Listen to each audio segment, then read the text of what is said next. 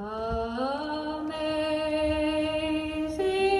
grace, how sweet the sound that saved a wretch like me. I once was lost, but now I'm found. Was blind, but now I see.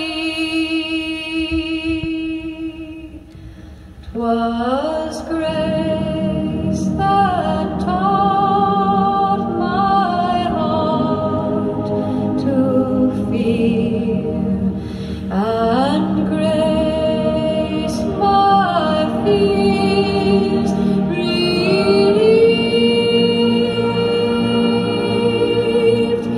How precious did that grace appear, the hour I first believed.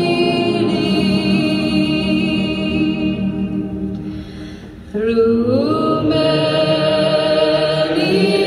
dangers, toils, and snares, we have already gone.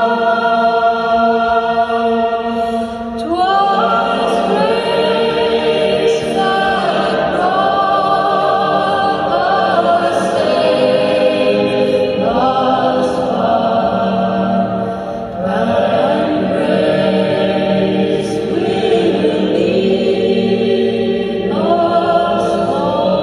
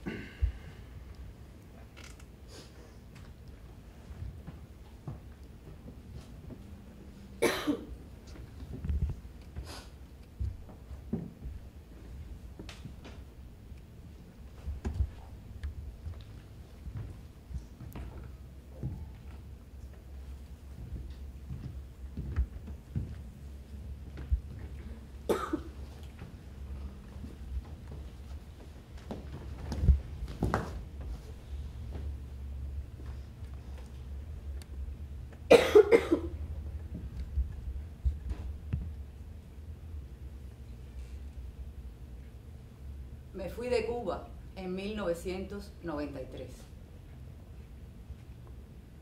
Un año terrible. El país había colapsado tras la caída del socialismo en Europa del Este y la desaparición de la Unión Soviética.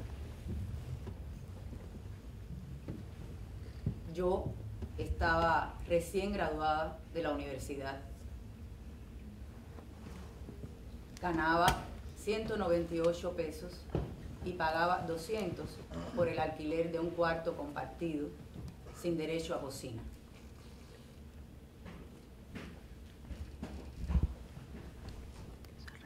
Pero esos alquileres en pesos desaparecieron de la noche a la mañana. Y de pronto me vi en la calle sin tener dónde dormir, bañarme.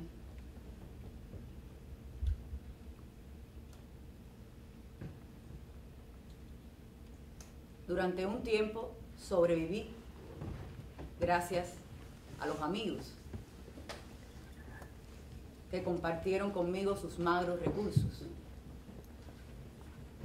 Pero todos estábamos tocando fondo.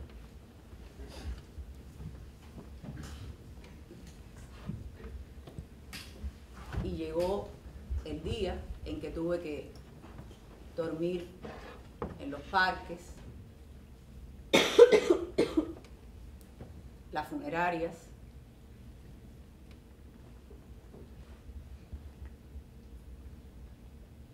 la terminal de ómnibus,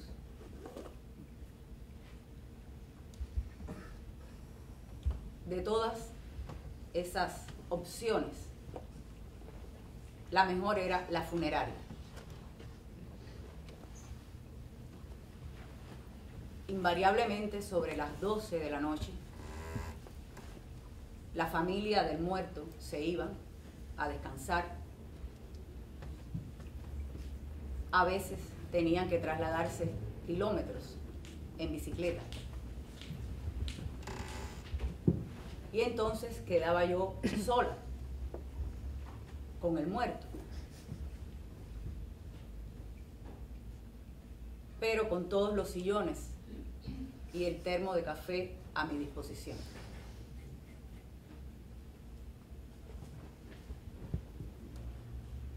Un café malo, pero una bebida caliente.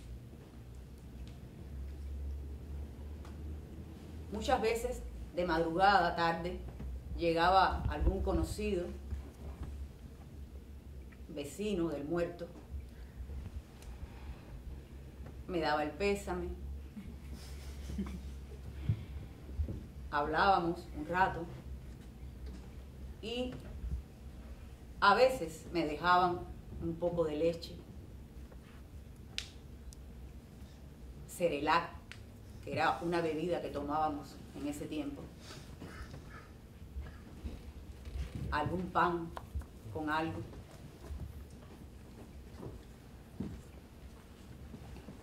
Los parques eran muy peligrosos, había asaltos, violaciones. Y la terminal de ómnibus era una buena opción, un techo, pero había que ir acompañado para turnarnos en las horas de dormir, si no, te robaban todo lo que llevaras. Esos primeros años 90 fueron muy desesperados. Y cada cual buscaba una salida individual de aquella miseria. Algunos criaron puercos y pollitos en los apartamentos. Otros se lanzaron a la calle a vender algo, maní, rositas de maíz. Y muchos, como yo, buscábamos una invitación al extranjero, una carta para cualquier parte, para quedarnos.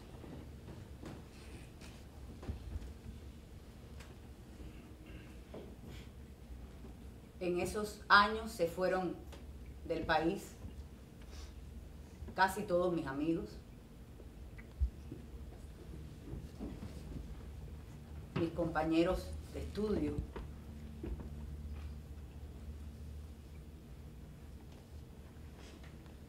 mis maestros.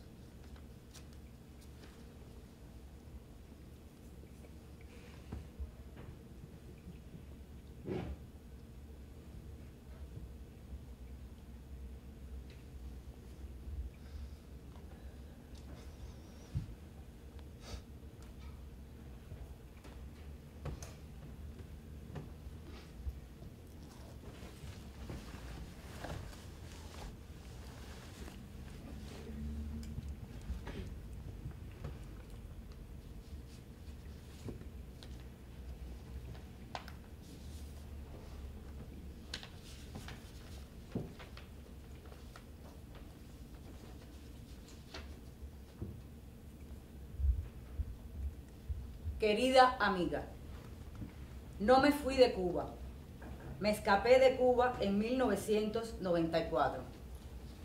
Sencillamente me escapé para poder ser una persona normal, poder vivir de mi trabajo, educar a mi hija como me da la gana, tener un techo mío y no heredado de mis padres, practicar como forma de vida la decencia, la honestidad, a tener la tranquilidad de que las leyes se cumplen y están por razones que para mí valen. En fin, para poder vivir en mi libertad. Después de tantos años del escape, limpia estoy sabiendo que hice lo correcto. Ningún mal sentimiento me queda de lo que atrás quedó. Para mí, nada dejé. Todo está aquí, en mi vida actual. Un beso, tu hermana Dianelis.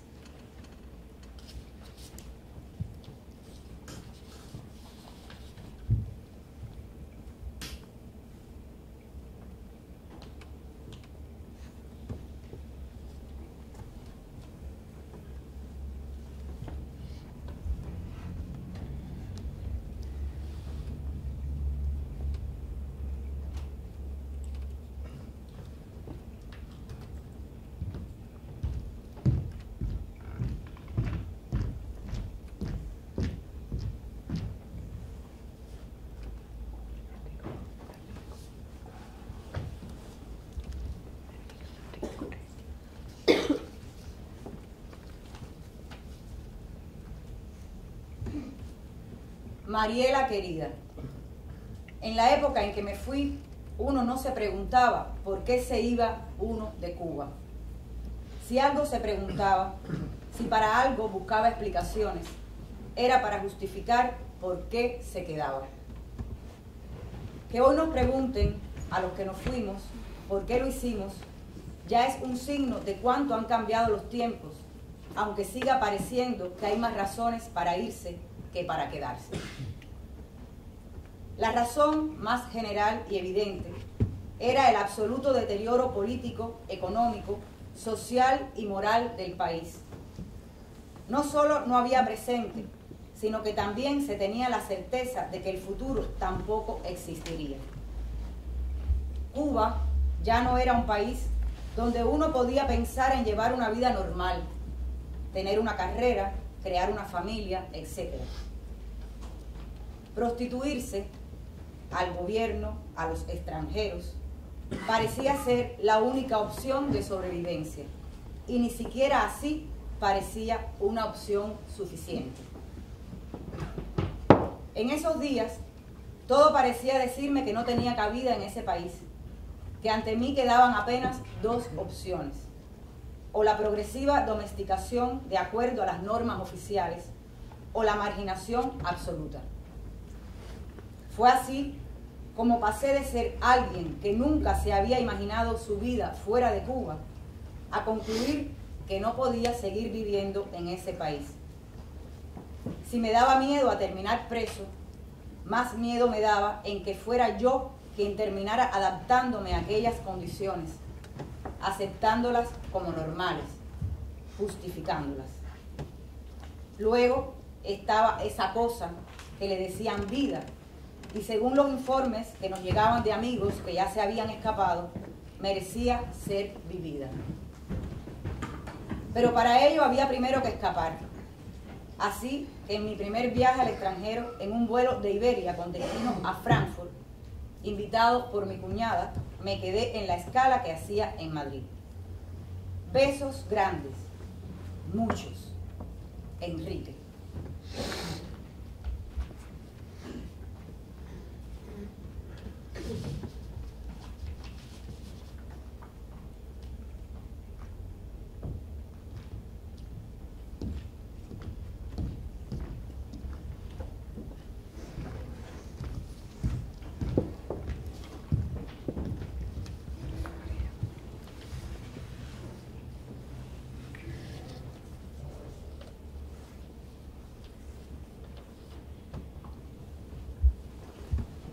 Mi querida, Me fui de Cuba por varias razones. La primera, me fui quedando sin amigos y sin familia. Mis 3 hermanos se fueron y al mismo tiempo ya el desfile de mis amigos más cercanos había comenzado desde el 90. Luego me separé de mi marido, más sola. La segunda, mi vida se estaba volviendo monótona y enloquecida. Tenía 3 trabajos y en Elisa, un miembro alto del rectorado me comentó, como quien no quiere la cosa, que en mis clases, además de puestas en escena, se discutía la realidad nacional. Por supuesto, le dije, si las puestas en escena hacen referencia a la realidad nacional, pues también sobre eso se va a hablar en mis clases. Respuesta del funcionario. ¿Tú eres del partido? Respuesta mía, no. Respuesta del funcionario. Ay, chica, pues yo creo que deberíamos empezar a procesarte ya. Una profesora tan querida y respetada como tú. Recuerdo haber cerrado al salir la puerta del rectorado, a donde fui llamada en teoría para otra cosa, cuando en realidad estaba siendo convocada para tener aquel diálogo oblicuo, en plan, siempre hay un ojo que te ve. Y pensar, en cuanto se muera mi perro, me voy de aquí pa'l carajo. La tercera, se murió mi perro. Y en medio de todas esas razones apareció Néstor, a quien prefiero no enumerar, pues digamos que fue parte de todas ellas, menos la muerte de mi perro, claro. O sea, me enamoré. Y perseguir ese amor tan distinto de todo era una buena señal de que había llegado la hora de moverse un poco de lugar. Un beso grande, Esther María.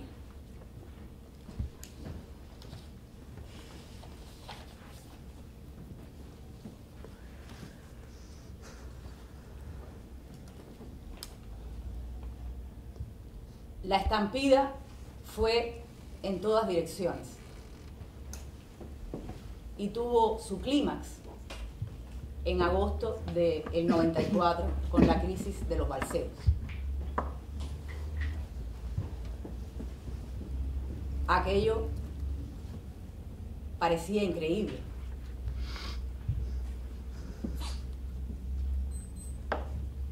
Miles de personas autorizadas a lanzarse al mar en cualquier cosa.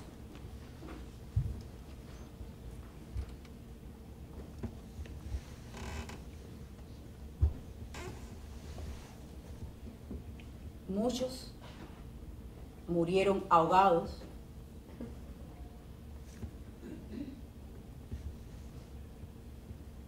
o comidos por los tiburones.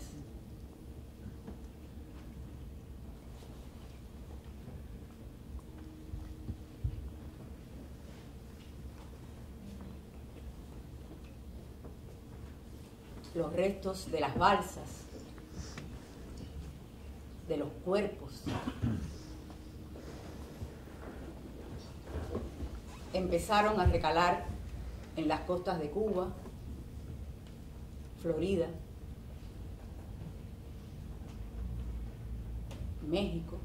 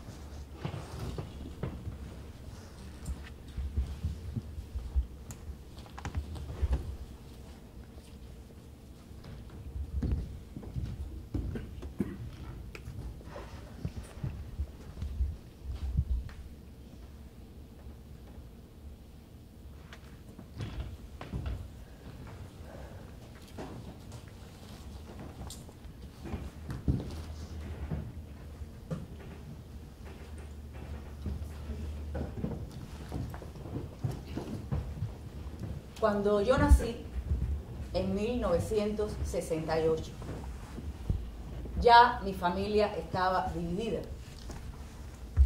Algunos se habían ido en el año 59, 60, por vuelos regulares hacia distintas partes.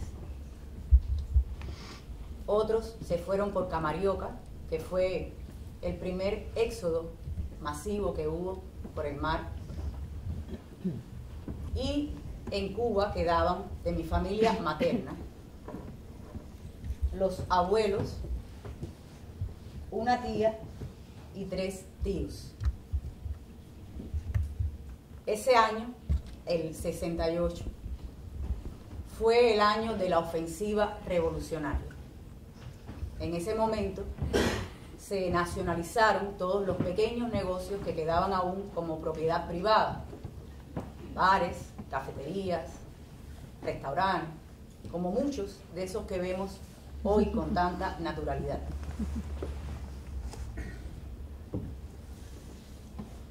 Mi familia era una familia de pueblo, muy sencilla, con aspiraciones simples: vivir de su trabajo, tener hijos, alimentarlos bien, educarlos bien, tener sus casas modestas, pero bonitas, confortables.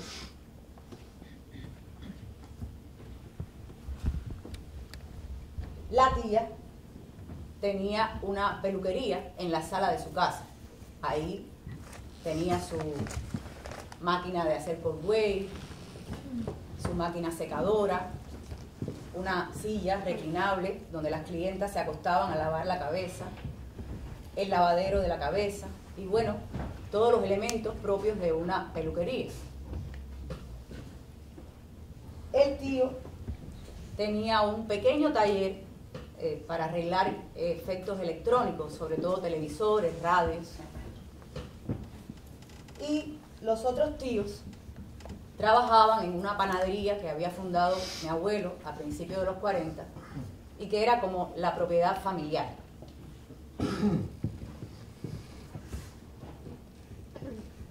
En el caso de la tía, los interventores llegaron por la tarde, casi a punto de cerrar. Se llevaron la máquina secadora, la de hacer cornhuey, la silla reclinable, el lavadero de la cabeza, incluso el menudo que tenía sobre la cómoda del trabajo que había hecho durante ese día, también se lo llevaron. A cambio, le ofrecieron convertir ese espacio en un establecimiento estatal y que ella quedara como empleada, lo cual la tía no aceptó. En el caso de los otros tíos pasó exactamente lo mismo. Fue ese entonces el momento en que los que quedaban de mi familia materna en Cuba decidieron salir del país. En principio se fueron los abuelos, eran españoles y regresaron a España, a la misma aldea de donde habían salido huyendo de la miseria. La idea era estar allí el menor tiempo posible y reunirse con los tíos en los Estados Unidos. Pero para los tíos no fue tan fácil. Ellos presentaron la salida el 68, pero no pudieron irse hasta el 71, a través de lo que se llamó el puente aéreo Varadero-Miami.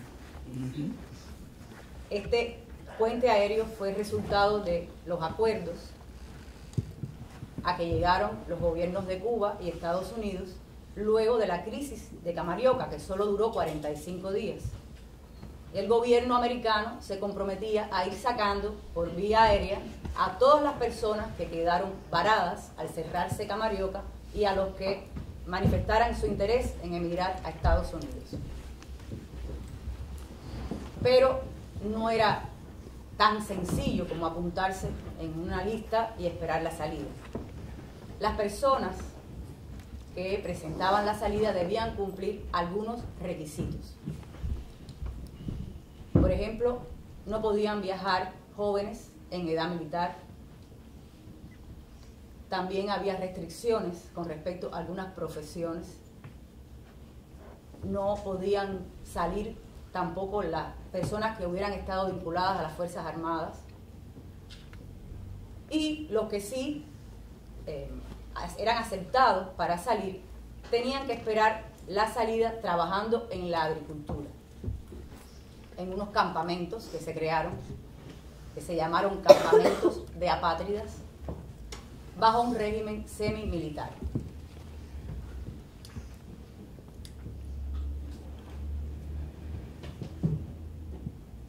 Mis tíos eran gente de pueblo, pero nunca habían trabajado en el campo.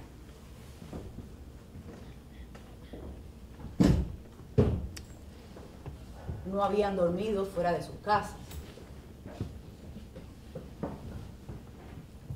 Pero tuvieron que ir a estos campamentos, donde permanecieron por 3 años hasta que el 71 pudieron salir por Varadero.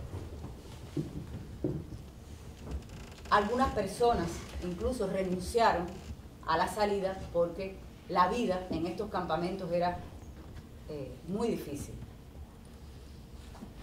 Eran sitios donde eran tratados como delincuentes.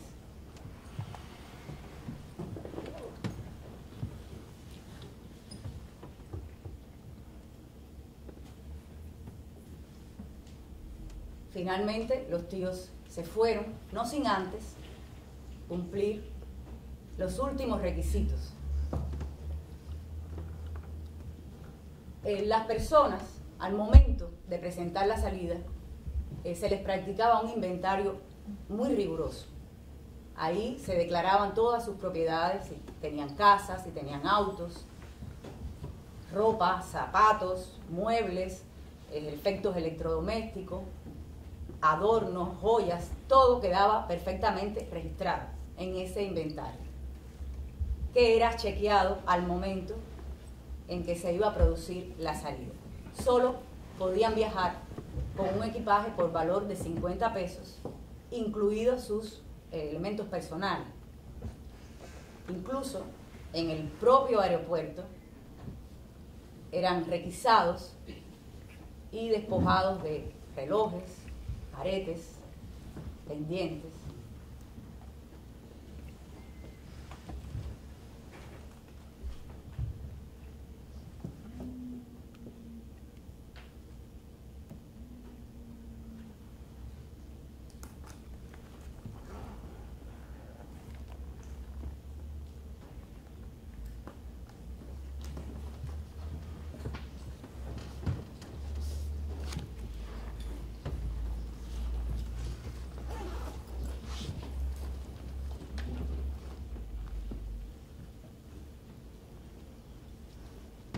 Querida sobrina,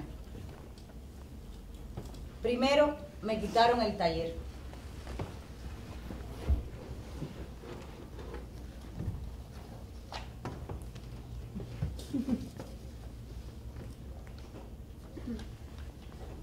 Tú sabes, el taller que yo había pagado a plazos con mi sueldo de mecanógrafo de los ferrocarriles. Me lo quitaron. Yo llegué cuando le habían puesto el sello de requisado en la puerta y no me dejaron sacar ni mi ropa personal. Total, para nada, porque no abrieron más el taller. Simplemente me lo quitaron cuando la nacionalización forzosa y lo dejaron así, a que se pudriera. Fue entonces que decidí irme del país. Pedí mi salida y desde el primer papel, desde la primera planilla que llené, me quitaron el trabajo y me mandaron a un campo de trabajo forzado. Allí estuve 1 año y medio y no estuve más como tus otros tíos porque me enfermé. Cogí una infección en una pierna que se me extendió desde el muslo hasta el tobillo. Nos levantaban al amanecer y nos llevaban a un campo a cortar caña y luego, un poco más lejos, a sembrar malanga. Y en el campo estábamos hasta el anochecer, que regresábamos a aquellos barracones. Pasábamos un hambre que muchos allí comenzaron a cazar pájaros y lagartos para poder subsistir. Pero yo nunca pude cazar ni un pájaro ni una lagartija y me debilité mucho trabajando. Eso fue lo que me salvó. Pues por estar tan mal cogí esa infección y los jefes del campamento decidieron mandarme para la casa por miedo a que infestara a todos allí. Esto es, a grandes rasgos, lo que me pasó. Te mando un abrazo de toda la familia y ojalá pronto te volvamos a tener por aquí con más tiempo para llevarte a pasear. West Palm Beach tiene lugares muy bonitos. Tu tío.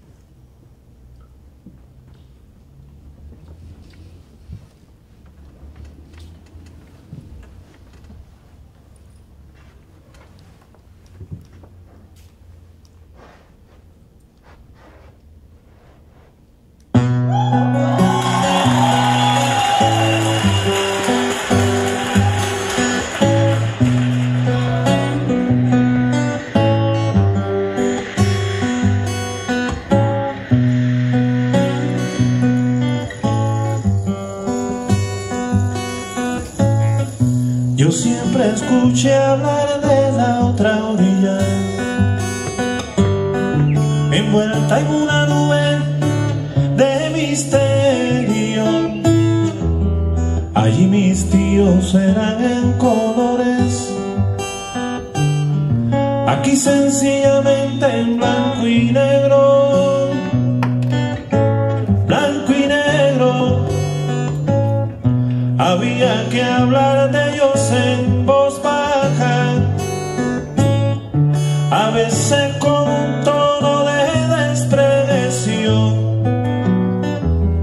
Y en la escuela aprendí que eran gusanos que habían abandonado a su pueblo.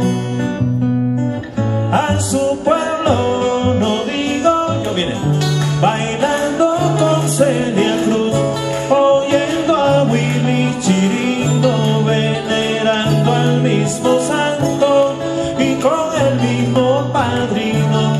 Allá por la Sagüesera, calle 8, Jayalía, anda la bella familia que vive allá en la otra orilla.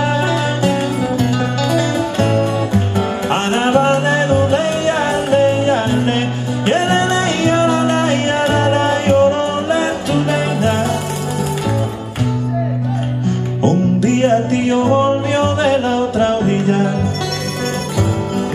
cargando con su espíritu gregario, y ya no le dijeron más gusano, porque empezó a ser un comunitario.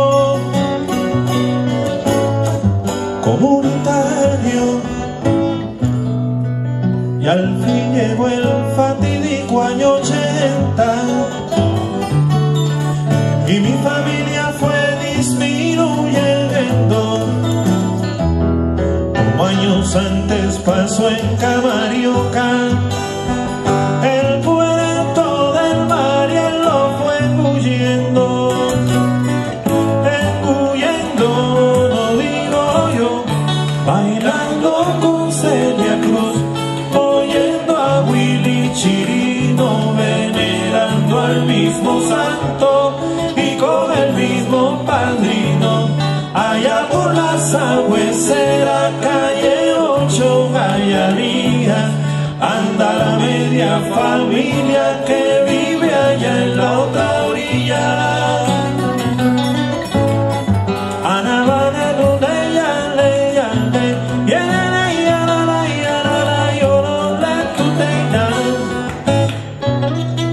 Aún continúa el flujo a la otra orilla,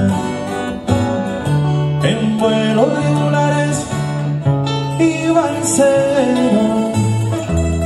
Dice que volverán sin amnistía, porque necesitamos su dinero o su consuelo, yo no sé. Se hospedarán en hoteles lujosos y pagarán con su moneda fuerte. Y aquellos que les gritamos escorias como yo,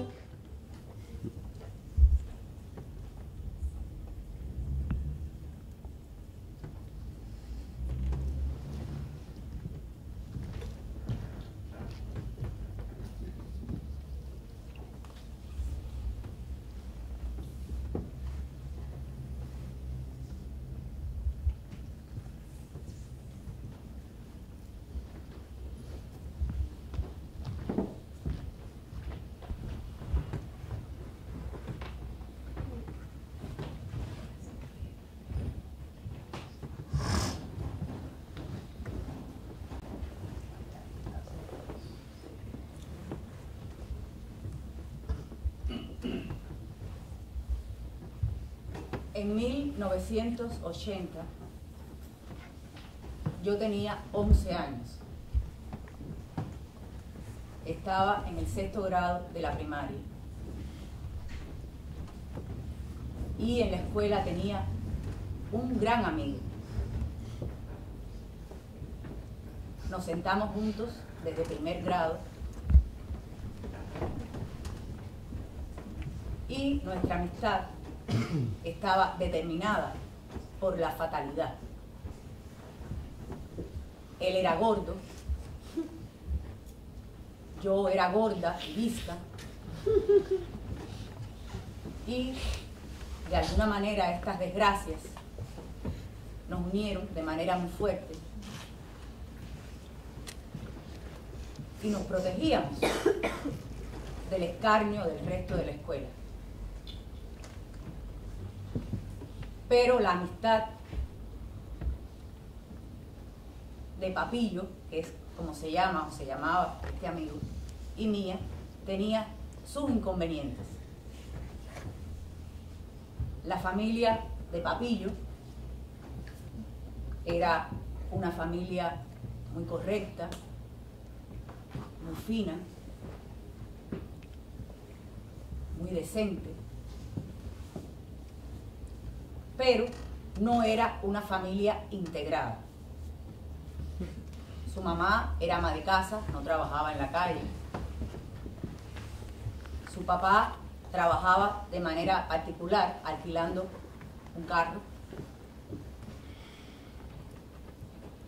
Tenían familia en los Estados Unidos con las que mantenían relación. Iban a la iglesia.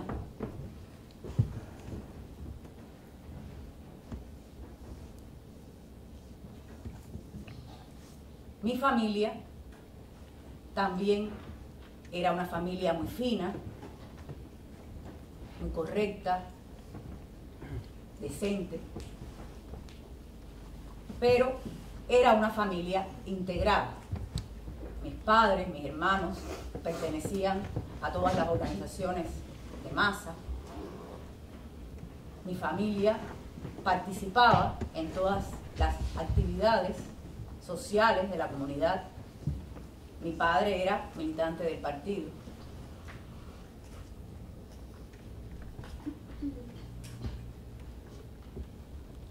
Entonces, la relación de Papillo y mía era vista por ambas familias como inconveniente, algo que nos perjudicaba mutuamente.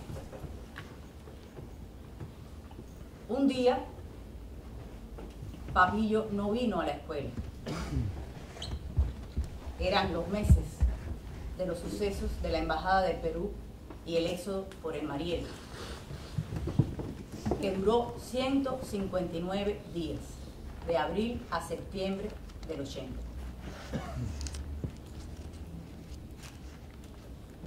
Ya nos habían llevado por la escuela a hacer algunos actos de repudio, que eran unos mítines que se les daban a las personas que estaban en sus casas esperando la notificación para trasladarse al Mariel.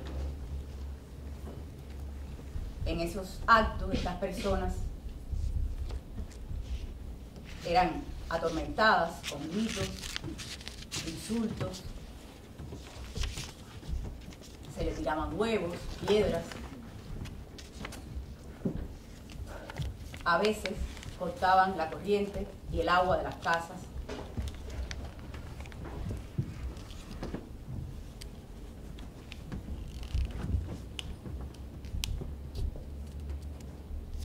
Ese día iríamos a casa de Papillo a hacer un acto de repudio. Una casa donde yo había estado la tarde anterior, haciendo la tarea, comiendo las meriendas que nos preparaba su mamá, jugando con Papillo, la hermana. Pero ahora estaba afuera.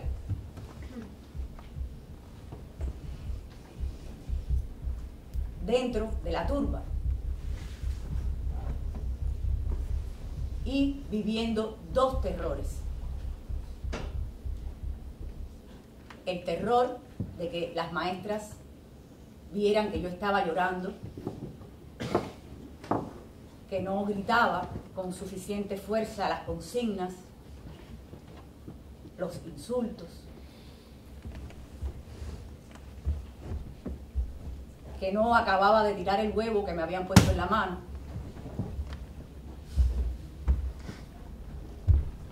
Y el terror de pensar en Papillo, si estaba asustado, si se había metido debajo de la cama o dentro de un escaparate.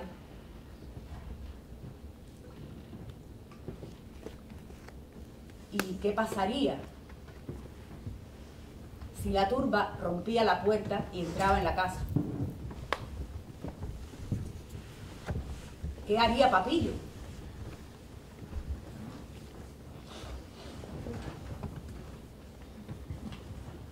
¿Y qué haría yo?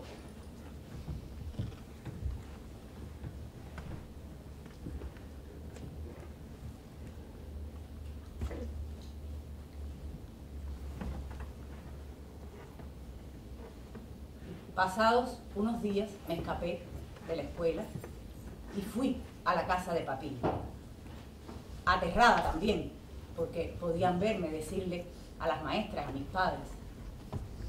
Toqué la puerta de la casa, que estaba herméticamente cerrada,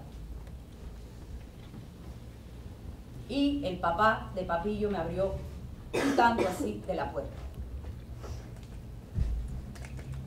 y me botó.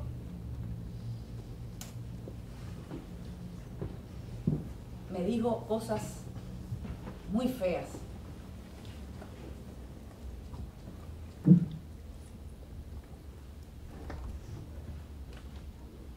No sé si pensaba que yo era un peligro para su familia o que de alguna forma me estaba tratando de proteger. Pero fue muy duro.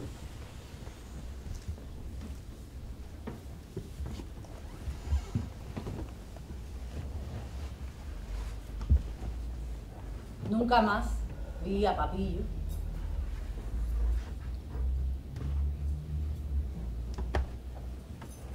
Nunca más supe de él.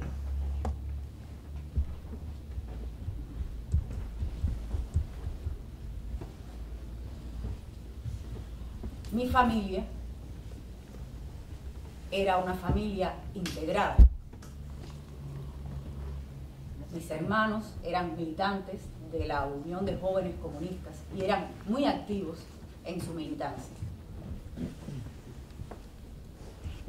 En 1980 mi hermano tenía 22 años y en una conversación muy íntima entre amigos de mucha confianza, mi hermano preguntó cómo es que la gente se puede ir en esos botes. ¿Qué hacen para montarse en esos barcos si no tienen familia que los venga a buscar? Porque habían varias formas de salir por el Mariel. Una era la de las familias que venían con los nombres de sus parientes para sacarlos. Y otra variante era que las personas podían ir a la estación de policía, decir un rosario de horrores de sí mismos, y si calificaban como escoria, eran anotados en unas listas y eran sacados con esas familias en esos barcos. Unos días después de mi hermano hacer esa pregunta, recibió un violento acto de repudio en la escuela donde trabajaba, que era una escuela de deportes. Fueron al aula donde estaba impartiendo una clase, lo sacaron y todos los trabajadores, alumnos, profesores de esa escuela le gritaron, lo ofendieron,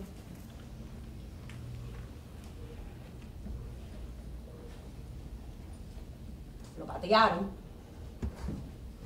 lo pincharon con jabalinas,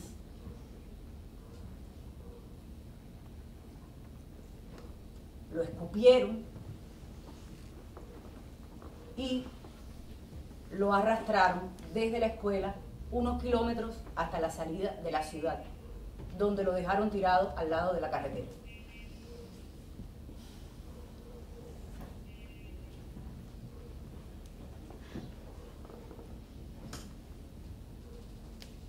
Mi hermano llegó a mi casa de madrugada, muy tarde, lleno de sangre. Un extraño lo llevó en un camión y tenía una ropa que no era suya. Su ropa la traía en un cartucho hecha a trizas.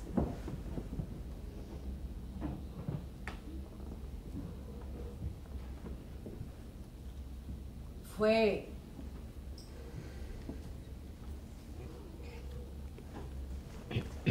una situación muy complicada en mi casa. Mi madre daba gritos. Yo estaba paralizada en la puerta del cuarto mirando a mi madre y mi hermano sentados a la orilla de la cama, abrazados, llorando. Mi padre daba vueltas dentro de la casa como un loco sin decir palabra, hasta que salió y al rato regresó con unos palos y unos martillos y comenzó a tapiar las puertas, las ventanas, por el temor de que vinieran a hacer un acto de repudio.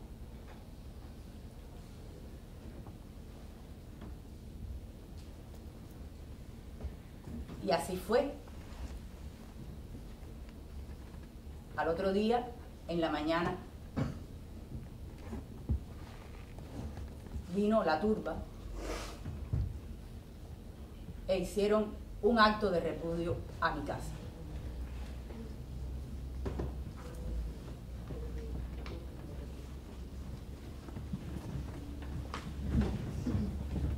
Desde adentro,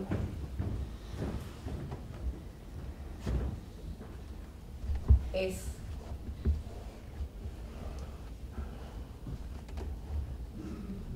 aterrador.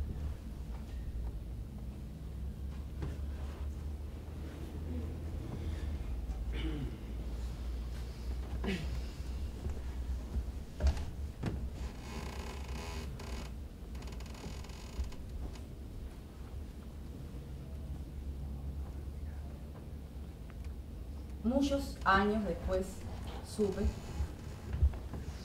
que esto había ocurrido porque en ese grupo íntimo de amigos, donde mi hermano hizo la pregunta, había un amigo que trabajaba para la seguridad del Estado y había informado que mi hermano se quería ir por el Mariel.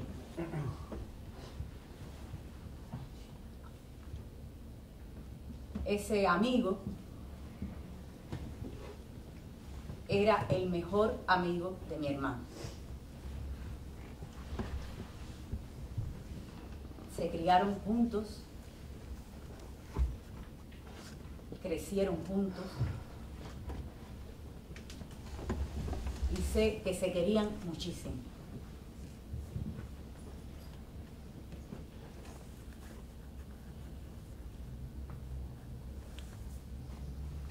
Samuel, que es o era el nombre de este amigo,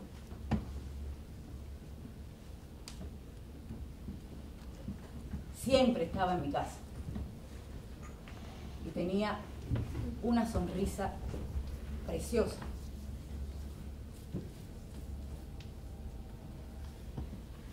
Siempre se sabía cuándo Samuel estaba, o al menos yo lo sabía, porque yo podía hacer con Samuel todo lo que mis hermanos no querían hacer conmigo.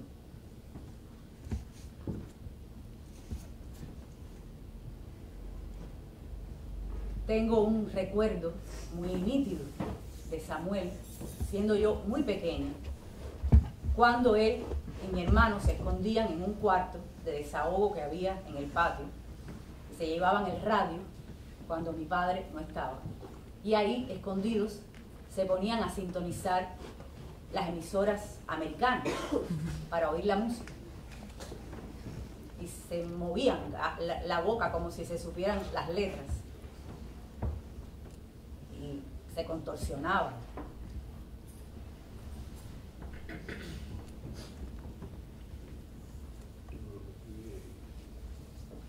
Aquí tengo una foto donde estoy con Samuel.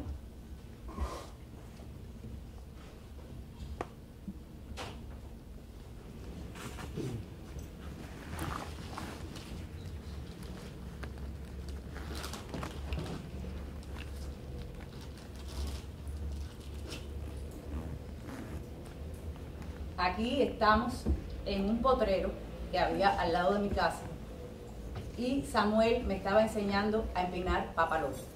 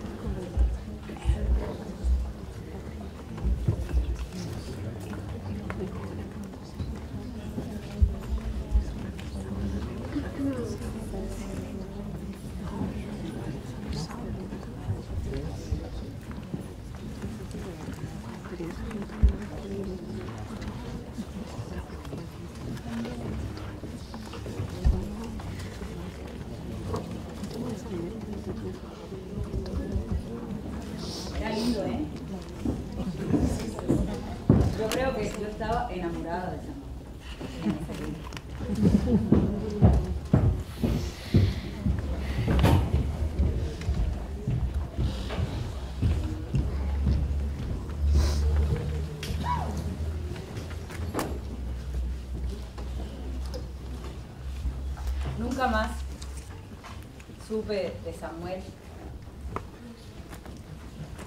Unos meses después de estos sucesos, él y su familia se mudaron para Camagüey.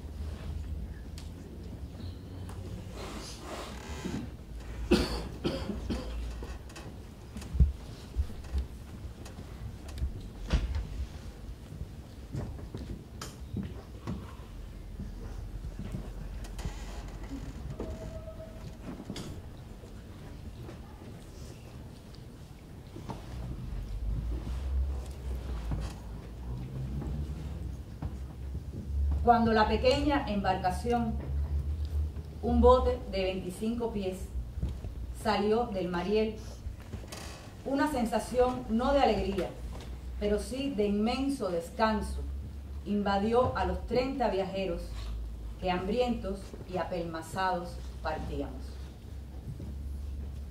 Aún escoltados salimos ya al mar abierto. Por la mañana nos recibe y arrastra el incesante torbellino, la corriente del Golfo, que atraviesa el estrecho de la Florida. Corriente que no es corriente, sino torrente enfurecido. Estrecho que no es tal, al menos para quien, como nosotros, lo atravesamos en una pequeña y bamboleante embarcación que ahora, 3 de la tarde, sin mayores trámites, se rompe. Se le apaga el motor. ¿Qué estadísticas, compiladas acaso por la UNESCO, podrán enumerar la cifra exacta de cadáveres que yacen, o mejor dicho, fluyen y se deshacen en el fondo de esta corriente?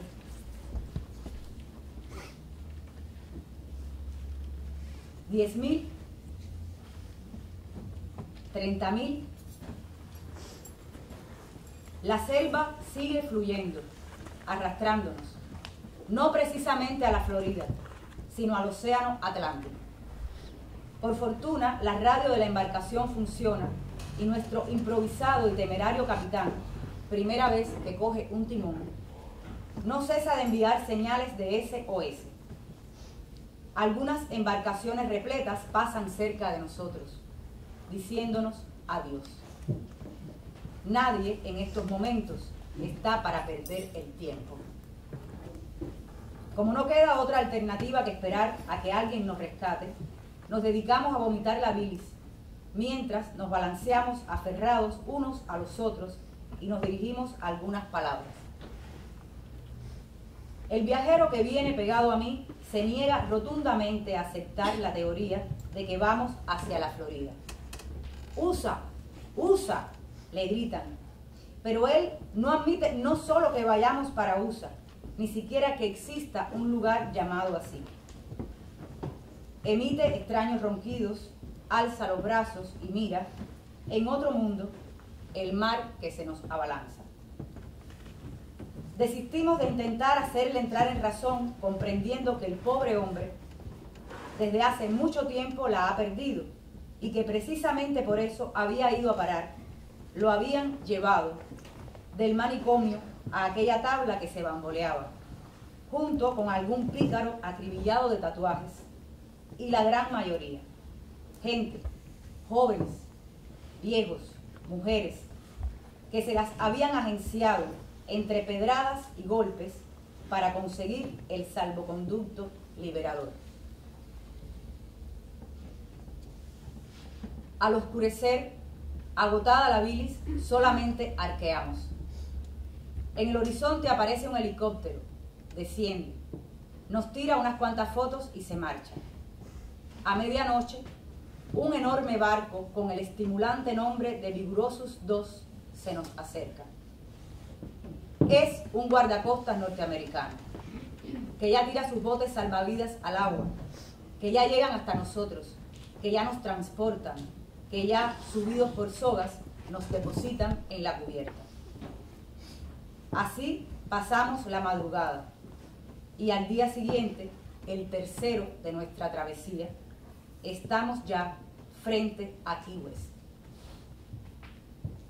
Un pueblo entero que en oleadas desciende y atraviesa, harapiento, los primeros pasillos, las primeras improvisadas oficinas de inmigración. 130.000 personas lanzándose como ganado en estampida al mar, llegando los más afortunados al otro lado para volver, intentar de nuevo nacer, comenzar. Reinaldo Arenas.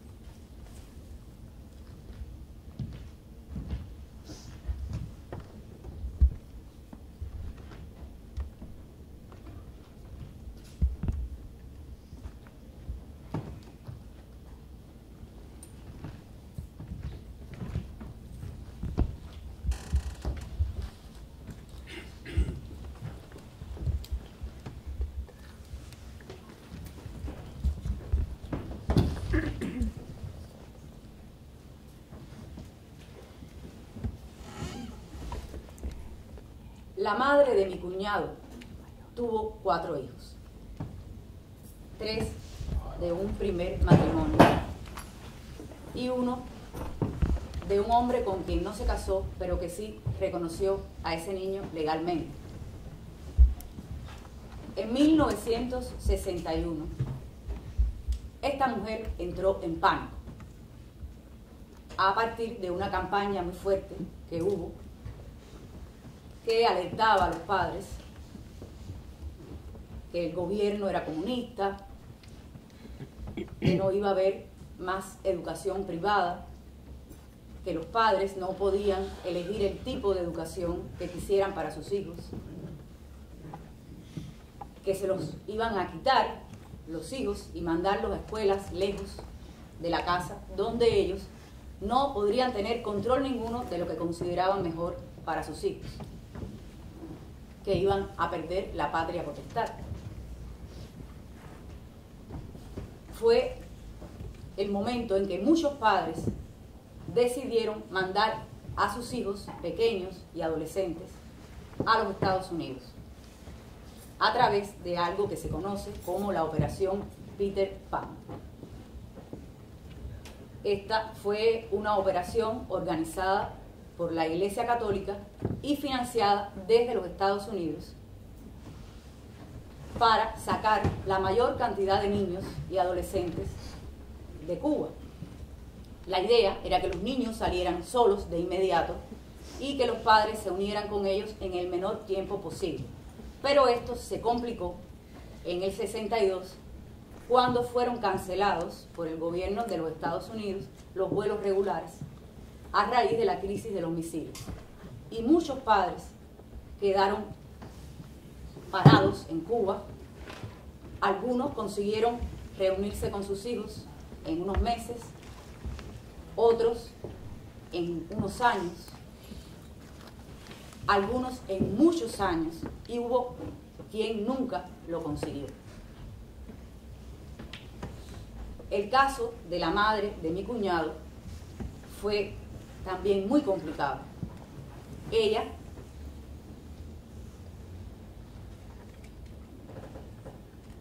quería enviar a sus 4 niños a Estados Unidos. Pero el padre del más pequeño, que era un bebé, no le dio la autorización para que el niño viajara.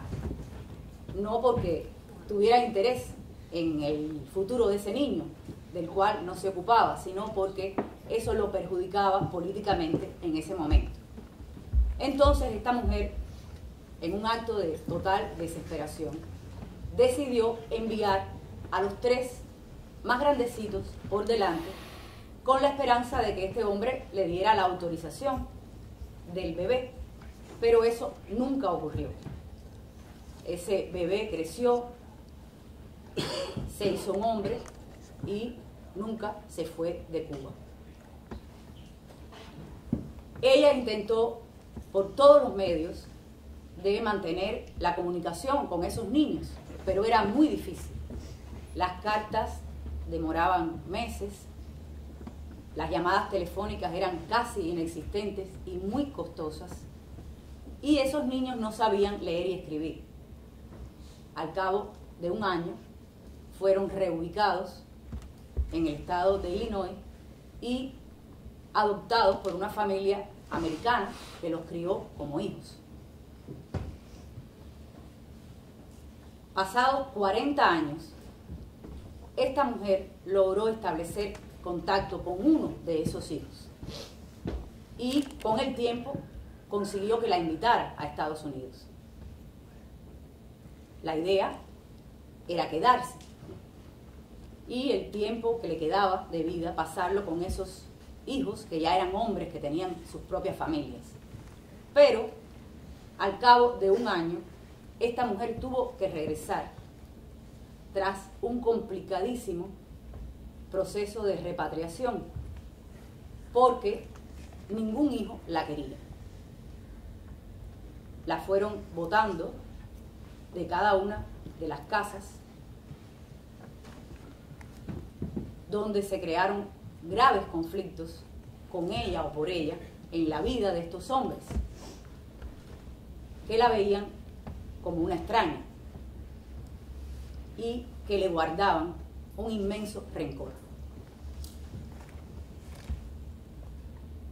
Ella terminó en Canadá, en casa de una sobrina, donde esperó la autorización del gobierno cubano para regresar a su país.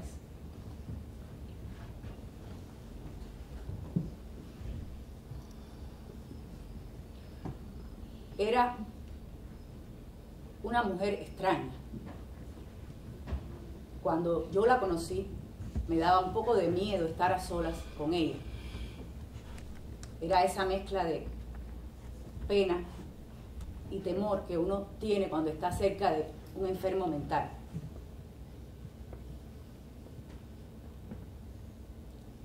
Tenía los ojos así,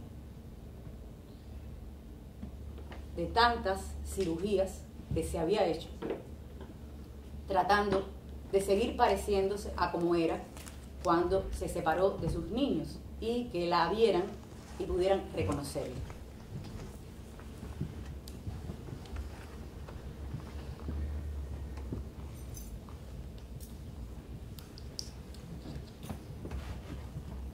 Han sido casi 60 años de éxodo permanente, con sus crisis esporádicas.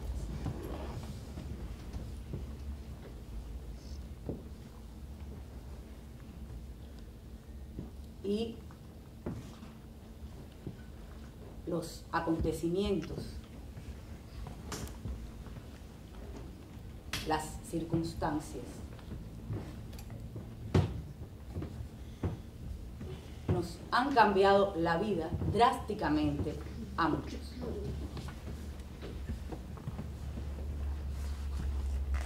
Para bien o para mal.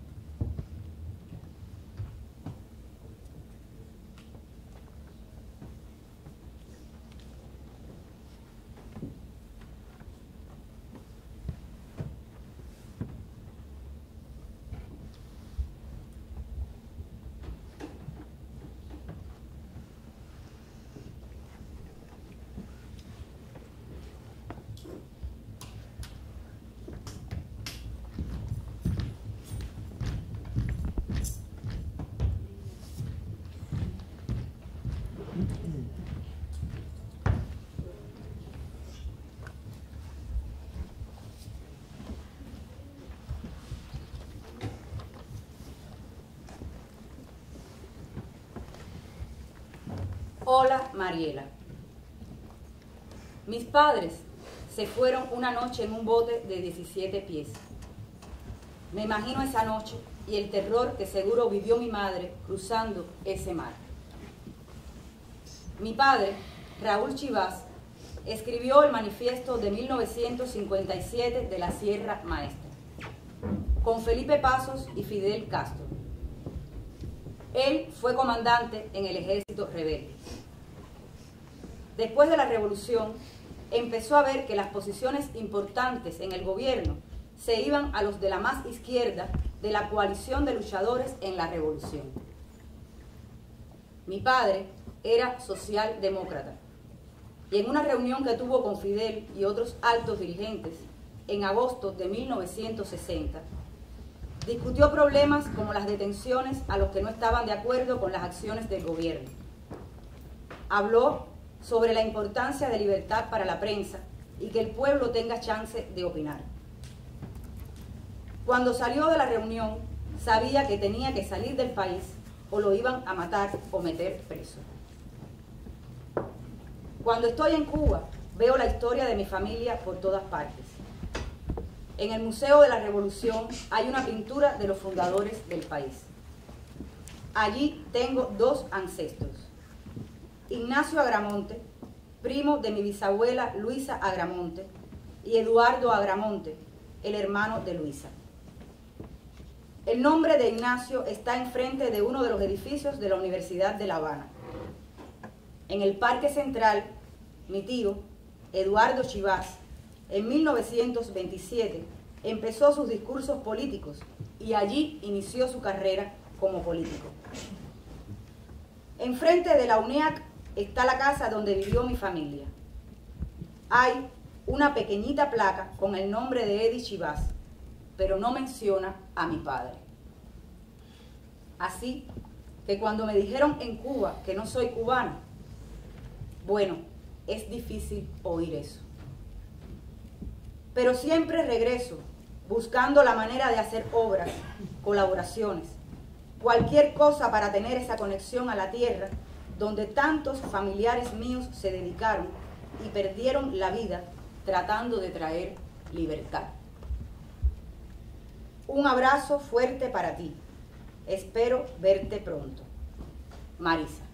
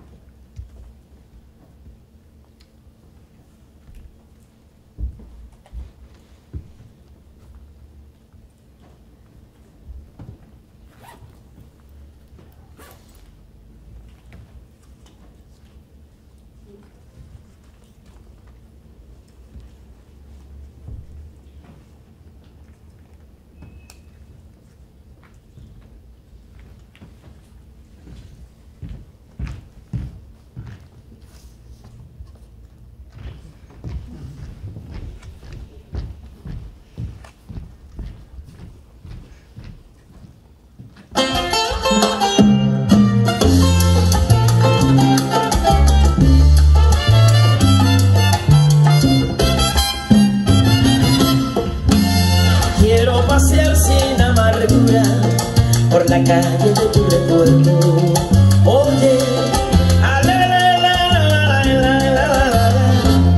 y rescatar por fin al niño perdido en mi pensamiento.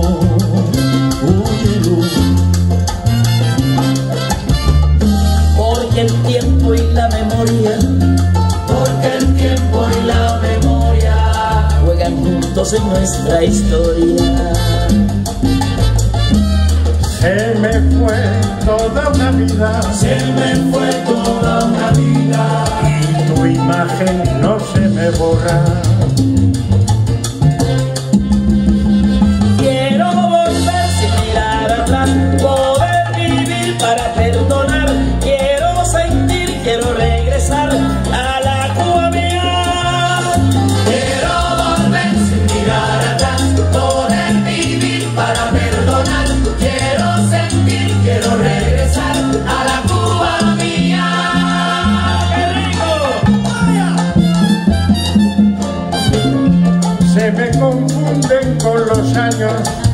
imágenes de mis sueños. Ay, ay, ay, ay, óyelo bien. Pero te sigo recordando, tierra mía, cada momento.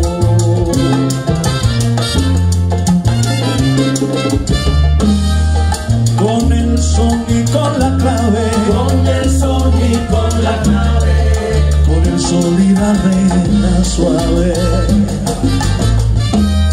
y mi mente se imagina, Y mi mente se imagina caminando por Santo Suárez. ¡Mi barrio!